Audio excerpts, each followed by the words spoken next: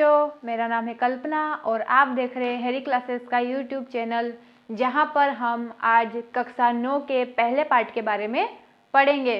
हमारे पहले चैप्टर का नाम है हमारे आसपास के पदार्थ। इस पार्ट में चर्चा करने वाले हैं पदार्थ। पदार्थ की अवस्था कौन कौन सी होती है? 3 प्रकार की होती है, ठोस, द्रव, गैस, गलनांक, क्वथनांक, ऊर्ध्वपातन और निक्षेपण, वाष्पीकरण, इन आदि के बारे में इस पार्ट में हम चर्चा करेंगे। हमारा फर्स्ट चैप्टर हम पढ़ते हैं। हमारे पहले चैप्टर का नाम है हमारे आसपास के पदार्थ। तो पदार्थ क्या होते हैं? हमारे आसपास जो भी चीज़ हमें दिखाई देती है उसे हम पदार्थ कहते हैं। जैसे किताब है, पेन है, तारे, सूर्य, हवा, ग्रह, पानी, जो भी सब कुछ है वो क्या है? हमारा पदार्थ है। वो पदार्थ किसे कहते हैं? ऐसा कुछ भी जो स्थान घेरता हो, जिसमें द्रव्यमान होता हो, उसे हम पदार्थ कहते हैं। और पदार्थ छोटे छोटे कणों से मिलकर बना होता है। पदार्थ छोटे छोटे कणों से मिलकर बनते हैं, उसे हम पदार्थ कहते हैं। यानी कि कोई भी चीज़ जो स्थान घेरता हो, जिसका द्रव्यमान होता हो, उसे हम पदार्थ कहते हैं। और पदार्थ छोटे छोटे कणों से मिलकर बना होता है। जैसे हम किताब क्या है? हमारा एक पदार्थ है। पेन पदार्थ है। तारे, सूर्य, ग्रह, हवा, पानी, ये सभी क्या है? हमारे पदार्थ है। जो हमें आसपास सभी जो भी चीज़ दिखाई देती है, जो स्थान घेरती है, जिसका द्रव्यमान होता है, उसे हम पदार्थ कहते हैं। अब कणों के गुण धर्म देखते हैं। ये जो कण छोटे छोटे कण होते हैं उसके हम गुण धर्म देखते हैं। पहला है पदार्थ के कणों के बीच रिक्त स्थान होता है। जो पदार्थ होते हैं उनके कणों के बीच क्या होता है? रिक्त स्थान होता है। दूसरे नंबर पे हमारा पदार्थ के कण निरंतर गतिशील होते हैं, यानी कि निरंतर बढ़ते जाते हैं। तीसरे नंबर पे हमारा है पदार्थ के कण एक दूसरे को आकर्षित करते हैं। ये हमारे कणों के गुणधर्म है। तो अभी हमने कणों के गुणधर्म के बारे में देखा था। 3 पॉइंट देखे थे। पदार्थ के कणों के बीच रिक्त स्थान होते हैं, पदार्थ के कण गतिशील होते हैं और पदार्थ के कण आकर्षित होते हैं। तो हम पहला देखते हैं, पदार्थ के कण में रिक्त स्थान होता है कि सबसे कम ठोस में रिक्त स्थान होते हैं, ठोस से भी अधिक द्रव में होते हैं और सबसे अधिक गैस में होते हैं। जैसे हमने पानी का गिलास लिया है, इसमें पानी भरा है, हमने नमक डाला है, तो पानी में नमक घुल गया है। तो पानी में नमक घुला नहीं है, बल्कि जहाँ पर पानी में रिक्त स्थान था वहाँ जाकर जम गया है। तो ये हमारा क्या है? पदार्थ के कणों के बीच रिक्त स्थान है या नहीं? तो रिक्त स्थान होते हैं हमारे ठोस में इससे ज़्यादा होते हैं, द्रव में ठोस से अधिक होते हैं और गैस में सबसे ज़्यादा। अब पदार्थ के कणों में निरंतर गतिशील देखते हैं। पदार्थ के कणों में गतिज ऊर्जा होती है। तापमान बढ़ने पर कणों की गतिज ऊर्जा और भी तेज हो जाती है, क्योंकि गतिज ऊर्जा अधिक हो जाती है। यानी कि पदार्थ के कण गतिशील कैसे होते हैं? जैसे हमने किसी द्रव्य पदार्थ को गर्म किया, गर्म करने पर तापमान दिया, उसको तापमान देने पर उसकी जो गतिज ऊर्जा तेज हो जाती है, तो एकदम क्या होता है?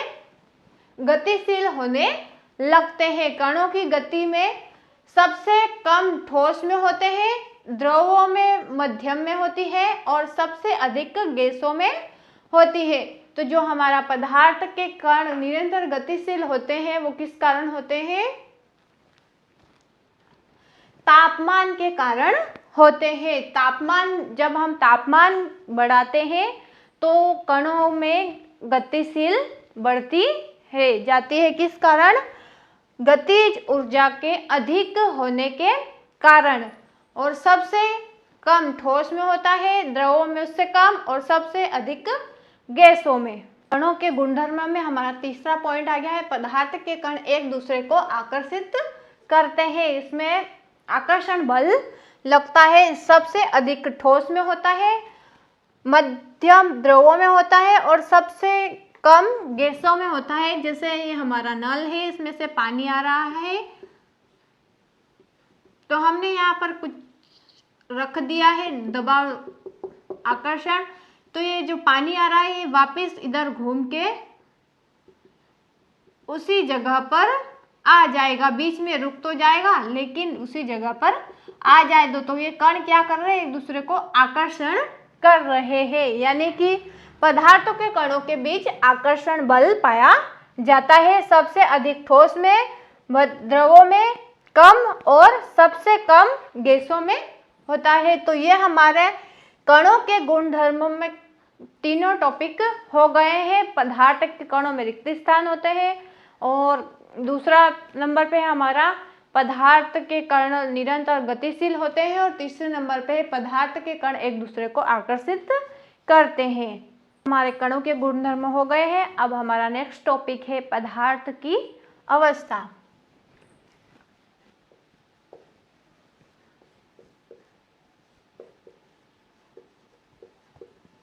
कितने प्रकार की होती है पदार्थ की अवस्था? 5 प्रकार की। हम तो वैसे नॉर्मली 3 प्रकार की मानते हैं, ठोस, द्रव और गैस, लेकिन 5 प्रकार की होती है। ठोस, द्रव, गैस, चौथे नंबर पे हमारा प्लाज्मा, और 5वां नंबर पे हमारा है बोस, आइंस्टीन, कंडेंसेट। ये हमारी पदार्थ की 5 अवस्था होती है, ठोस, द्रव, गैस, प्लाज्मा और बोस, आइंस्टीन, कंडेंसेट। वैसे तो हम 3 ही पढ़ते हैं पदार्थ की 3 अवस्था, ठोस, द्रव, गैस। ये तो हमारी बस किताबों में होती है, लेकिन पढ़ना जरूरी है। हम 3 ही पदार्थ की अवस्था पढ़ेंगे, ठोस, द्रव और गैस।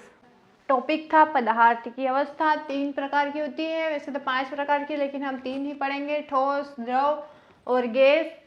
ठोस में हमारा कम रिक्त स्थान पाया जाता है, द्रव में थोड़ा अधिक, और गैस में सबसे अधिक रिक्त स्थान पाया जाता है।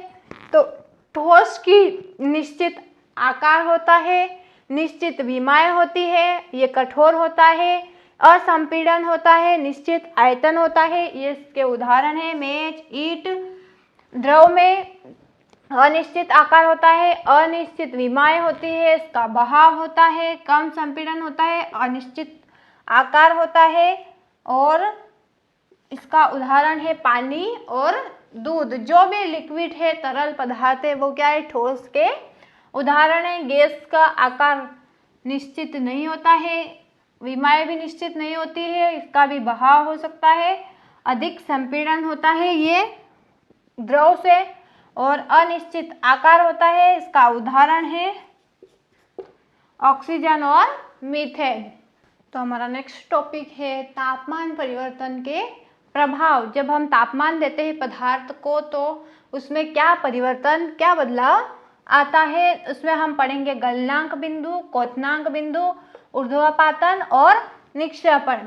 तो गलनांक बिंदु किसे कहते हैं? किसी ठोस का वह तापमान जिस पर वह अपनी ठोस अवस्था में से पिघलकर द्रव अवस्था में परिवर्तित हो जाता है, उसे हम गलनांक कहते हैं। यानी कि ठोस पिघलकर द्रव्य बन जाता है, उसे हम क्या कहते हैं? गलनांक कहते हैं। और संगलन को प्रस्तुत ऊष्मा क्या होती है? वायुमंडलीय दाब पर एक केजी ठोस को उसके गलनांक पर द्रव में बदलने के लिए जितनी ऊष्मा की आवश्यकता होती है उसे हम संगलन की प्रस्तुत ऊष्मा कहते हैं। तापमान परिवर्तन में हमारा सेकेंड पॉइंट है क्वथनांक बिंदु।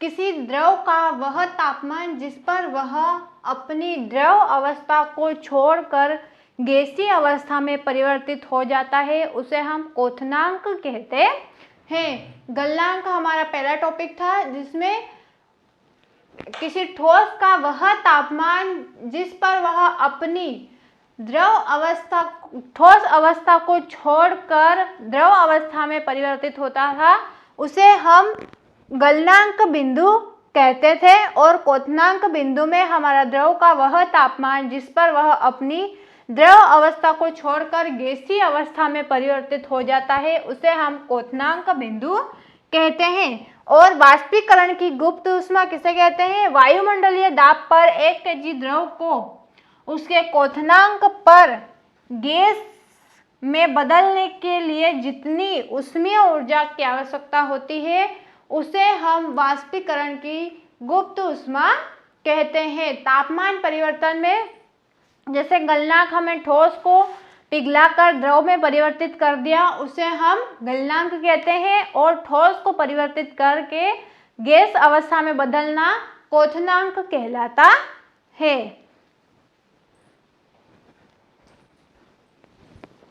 तापमान परिवर्तन के प्रभाव में हमने गलनांक देख लिया, क्वथनांक देख लिया। अब ऊर्ध्वपातन देखते हैं। ऊर्ध्वपातन किसे कहते हैं हम? कि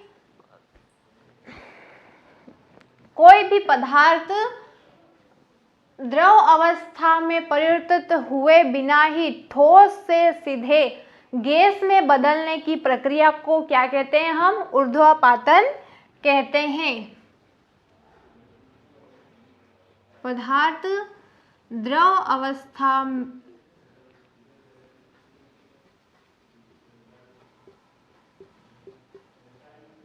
परिवर्तित हुए बिना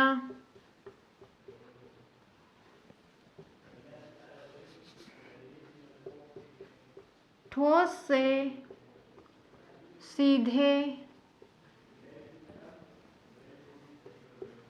गैस में बदलने की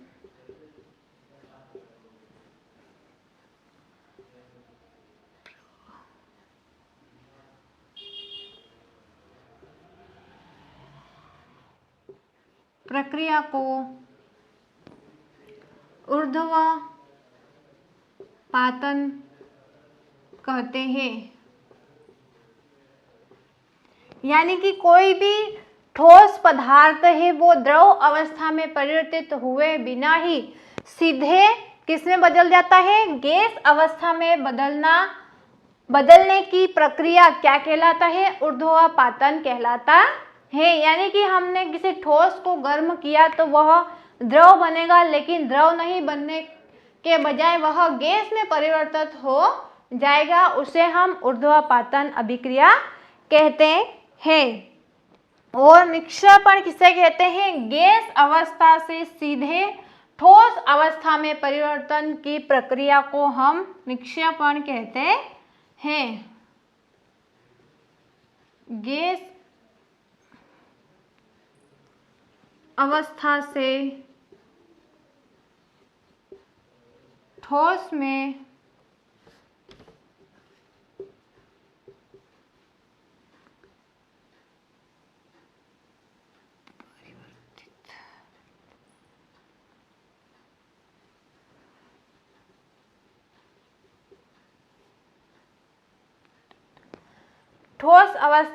गैस अवस्था से ठोस अवस्था में परिवर्तन की प्रक्रिया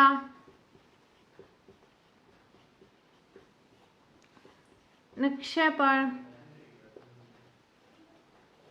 कहलाता है।